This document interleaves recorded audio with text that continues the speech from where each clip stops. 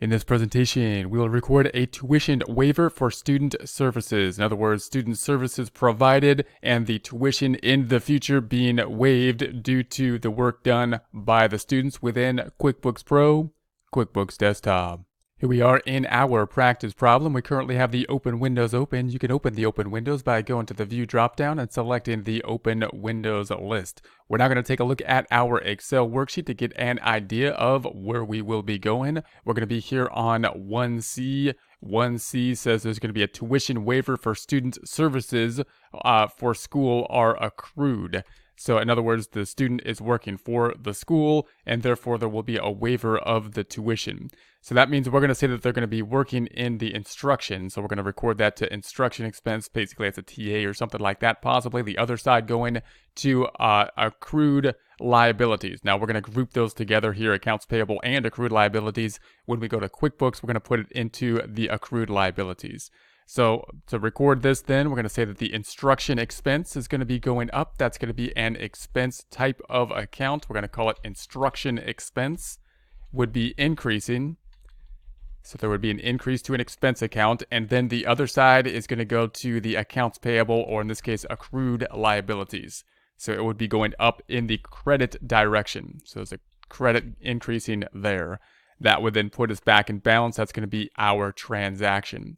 So let's do this in QuickBooks. If we go back to QuickBooks then, now note there's no real form that really drives this type of transaction. We can't use a check because no cash is going out.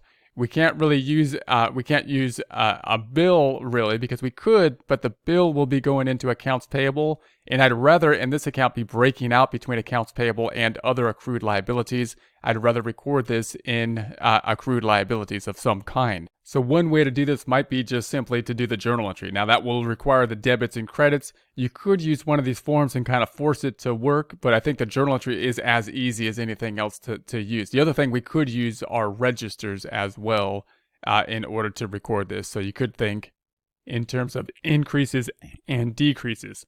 And maybe we'll try that one out, use the register rather than the journal. This is what the journal entry would look like. Let's set up an account for the accrued liability and then use that register here. If we go back to QuickBooks, if you were to enter a journal entry, you would go to the company file, you would go down to the company dropdown, make journal entry.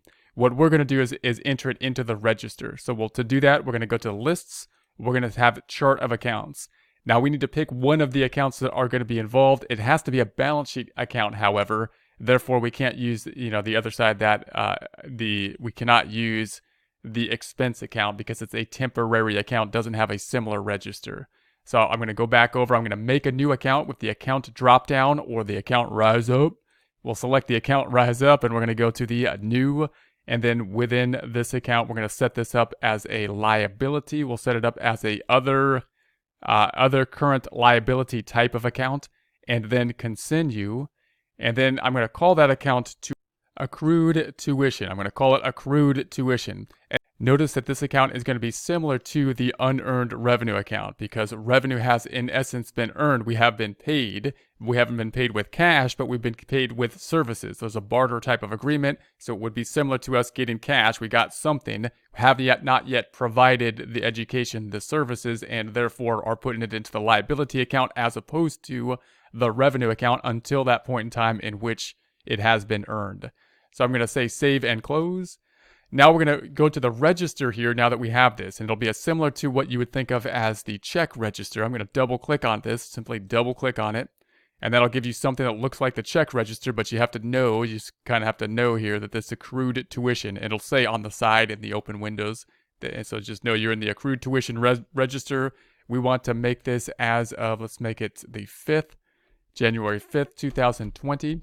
And then we have just increase or decrease. So we don't have the debits and credits. This is going to be an increase to the liability account. It's going to be an increase for the amount of $17,400. So we're going to increase it by $17,400.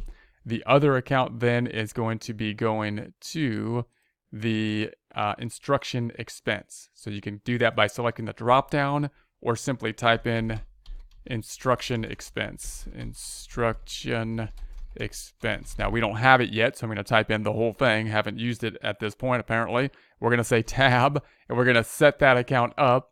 It's going to be an expense type of account, instruction expense. We're going to say save and close. There it is, and enter. So then I'm going to say yes. And let's check it out. We're going to close this back out. We're going to go to our trustee trial balance. Let's close this back out. We don't need this either. We're going to go to the reports drop down up top. We're going to go to the accounting and taxes. We're then going to go to the trustee trial balance. Within the trial balance, we'll change the dates up top from 01/01/20 to 12/31/20. Then we want to check out the two accounts affected. That's going to be the instruction expense all the way down below, an income statement type of account. Double clicking on it, there's our general journal entry there. Closing that back out, the other side going to the accrued tuition, a liability account. Double clicking on that, there we have it there.